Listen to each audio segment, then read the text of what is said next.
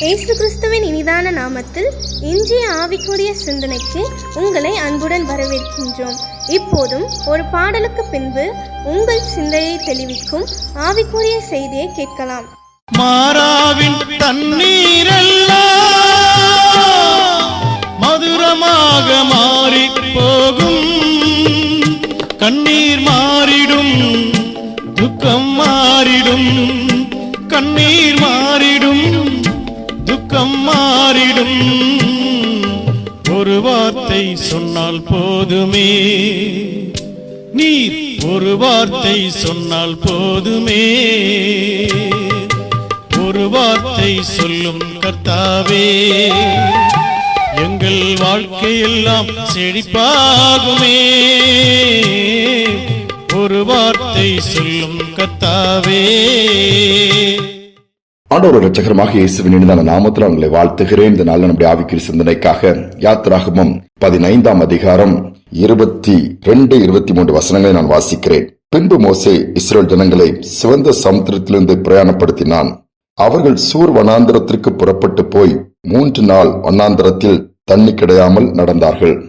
அவர்கள் மாராவில் வந்தபோது மாராவின் தண்ணீர் கசப்பா இருந்ததினால் அதை குடிக்க அவர்களுக்கு கூடாதிருந்தது. அதனால் அவ்விடத்திற்கு மாரா என்று பெயரிடப்பட்டது. கடைசி லைன் சொல்லுது, அந்த இடத்துக்கு மாரா என்று சொல்லி பெயரிட்டாங்க. ஏன்னா அது கசப்பு என்று அர்த்தம். ஏன்? அது நிறைய தண்ணி இருக்குது, அது குடிக்க முடியாத அளவு கசப்பு. அது இருந்து பிரயோஜனம் கிடையாது. ஜனங்கள் 3 நாள் தாகத்தினால கஷ்டப்பட்டு நடந்து வராங்க. குட்டி பிள்ளைகள், ஆடு மாடுகள், பெரியவங்களா இருக்கிறாங்க, வனாந்தரத்துல நடந்து வராங்க. தண்ணியை பார்த்தது எவ்வளவு சந்தோஷமா இருக்கும். கொஞ்சம் யோசித்து பாருங்க. படிப்பை பருகிறாங்க. சொல்லுவாங்க பசிக்கிறவங்களுக்கு ருசி தெரியாது, அதையும் தாண்டி இது கசப்பு. உன்ன என்ன செய்யுதுன்னு சொல்லி அவங்க அங்கலாய்க்கிறாங்க. இதை மேற்கொள்ளக்கூடிய வழி அல்லது இதை மாற்றக்கூடிய வழி எதுவுமே தெரியல. ஆண்டவர் நோக்கி கூப்பிடுறாங்க. இன்னும் நடந்து போகணுமோ? எவ்வளவு தூரம்? 3 நாள். ஒருவேளை சாப்பிடலாம், சமாளிக்கலாம் தண்ணியை குடிச்சு. ஆனா தண்ணீர் குடிக்காம இருக்க முடியாதே. அப்படிப்பட்ட ஒரு நெருக்கத்துக்குள்ளதான் அந்த ஜனங்கள் போகும்போது ஆண்டவரை நோக்கி மோசே கூப்பிடுகிறார்.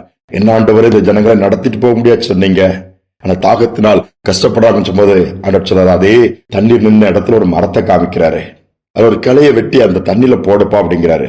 மோசே அப்படியே கீழ்ப்படுகிறார். கொஸ்டின் பண்ணல. அது எப்படி போட்ட உடனே மாறிடுமா, குடிச்சிட முடியுமா? நாமெல்லாம் நிறைய கேள்வி கேட்போம். அது அப்படியே செய்யறான். அந்த தண்ணீர் கசப்பு குடிக்கிற மாதிரி மாறினது என்று சொல்லப்படவில்லை, மதுரமாய் மாறிடுச்சுதான். ஜனங்களுடைய தாகம் தீர்க்கப்பட்டுச்சு. அனைவரும் நம்முடைய வாழ்க்கையில நிறைய கசப்பான பாதையில கடந்து போறோம். அப்படிப்பட்ட நெருக்கங்கள், கசப்பு மாறாம உள்ள அப்படி புண்ணாகவே இருக்கிறது, காயங்களாகவே நிறைய இருக்குது. இந்த காயம் இனி ஆறாது, இதை என்னால மறக்க முடியாது, இப்படி பேசிட்டாங்க, அப்படி பண்ணிட்டாங்க, நிறைய இருக்கும். மாற்றுவதற்கு மருந்து கர்த்தர்ட்ட இருக்குது. யாராலும் முடியல, எல்லாரும் ட்ரை பண்ணிட்டாங்க, எல்லா முயற்சி எடுத்து தோற்று போயிடுச்சு, அவ்வளவுதான் ஃபெயிலியருங்கிறீங்களா? இல்ல, நீங்க ஆண்டவர்கிட்ட கேட்டு பாருங்க. அவர் சொல்வதை செஞ்சு பாருங்க. மாறாவும் மதுரமாய் மாறும், பலவீனமும் பலனுள்ளதாய் மாறும், தடைகளும் உடைக்கப்படும். இதைதான் ஆண்டவர் சொல்லுகிறார். ஒரு காட்டு வழியா ஒரு மனிதன் போகிறார். போகும்பொழுது ஒரு மரத்தின் நிலையில கொஞ்சம் நிற்கிறாரு. அங்க ஒரு சம்பவத்தை அவர் பார்க்கிறாரு. பார்க்கும் அந்த பாம்பு ஒண்ணு மரத்து மேல ஏறுது. அங்க மரத்தின் உச்சி பகுதியில கூடு ஒரு குருவி கட்டி வச்சிருக்குது. அதுல கூட்டுக்குள்ள குருவி குஞ்சுகள் இருக்குது. தாய்ப்புறவை பாதுகாத்து இருக்குது. இந்த பாம்பு அந்த குஞ்சுகள் எடுத்து சாப்பிட போகுது. தாய்ப்புறவை கத்துது. மற்ற பறவைகளும் சேர்ந்து அங்க பயங்கரமா கூச்சல் இடுது. ஐயோ, அது சத்தத்தை கேட்டு அது பாம்பு சட்டே படல, அந்த கூட்டம் நெருங்குது. இத பார்த்துட்டு இருந்த அந்த தாய்ப்பறவை அங்கே சுத்தி பறக்குது, குஞ்சுகிட்ட நெருங்கோடாம பண்ணுது.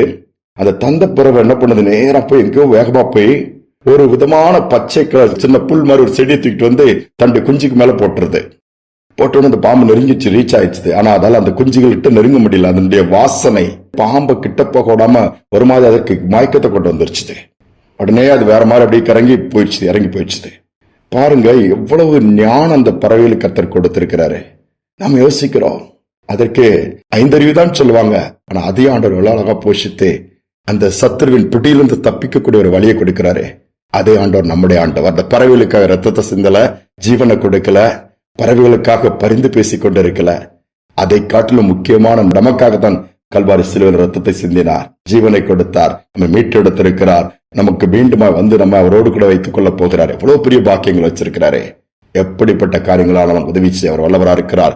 தப்பித்து சொல்ல வல்லவரா இருக்கிறார். யோர்தானை போல கரை புரண்டு ஓடலாம். கவலைப்படாதுங்க, காரியங்கள் மாறும். மாறாவின் கசப்பும் மதுரமாய் மாறும். ஜெபிப்பும் அன்பின் தகப்பன் இந்த நல்ல நாளுக்காக தருணத்திற்காக நன்றி செலுத்துகிறோம். என் மாறாவின் தண்ணீரை மதுரமாக்கின தேவனப்பா, லட்சக்கணக்கான ஜனங்களுக்கு அதை ஆசீர்வாதமா மாற்றி கொடுத்தீங்க. அதன் அருகில் இருந்த மரத்திலே மூலமா ஒரு அற்புதத்தை செஞ்சீங்க. அநேக நேரத்துல எங்கள் பிரச்சனைக்கு தீர்வு தெரியாம அங்காங்க அங்கலாய்க்கிறோம். அருகிலே அதற்கு தீர்வுக்கான வழி வச்சிருக்கிறீங்க. அதை பார்க்கும்படியா செய்யுங்க, செய்யும்படியா செய்யுங்க. காதுகளில் கேட்கட்டும், கண்களால் பார்க்கும்படியா இதை கேட்டுக்கொண்டிருக்கிற ஒரு பிள்ளைகளுக்கு ஒருவேளை கசப்பின் பாதையில, நெருக்கத்தின் பாதையில, போராட்டத்தின் பாதையில் கடந்து செல்லலாம். கண்களை தரங்கப்பா. நோக்கி கூப்பிடும் பொழுது உதவி செய்து நெடுங்காலமா இருக்கிற பிரச்சனைகளுக்கு தீர்வு உண்டாகட்டும். இந்த நாளில் அதை செய்வீராக. துதிக்கணமே ஏற்றுக்கொள்ளும் இயேசுவின் நாமத்தில் பிதாவே, ஆமேன் ஆமேன். சோர்ந்து போக வேண்டாம். மாறாவின் தண்ணீரும் மதுரமாய் மாறும். ஏனால் அப்படிப்பட்ட தேவன் நம்மோடு கூட இருக்கிறார். இந்த சிந்தனையோடு நாளை தொடர்வோம். மீண்டும் நாளை தினம் சந்திப்போம். வாழ்க்கையிலே கசப்புக்கள் கலந்திட்டாலும் பாசமுள்ள ஒரு மரம் கூட வருது. வாழ்க்கையிலே கசப்புக்கள் கலந்திட்டாலும் பாசமுள்ள ஒரு மரம் கூட வருது. மாறாவின் நீரை தேனாக மாற்றும் என் நேசர் என்னோடுண்டு. மாறாவின் நீரை தேனாக மாற்றும் என் நேசர் என்னோடுண்டு. தேவா, நான் எதினால் விசேஷித்தவன் ராஜா, நான் அதை தினம் யோசிப்பவன். தேவா, நான் எதினால் விசேஷித்தவன் ராஜா, நான் அதை தினம் யோசிப்பவன். எதினா இது எதி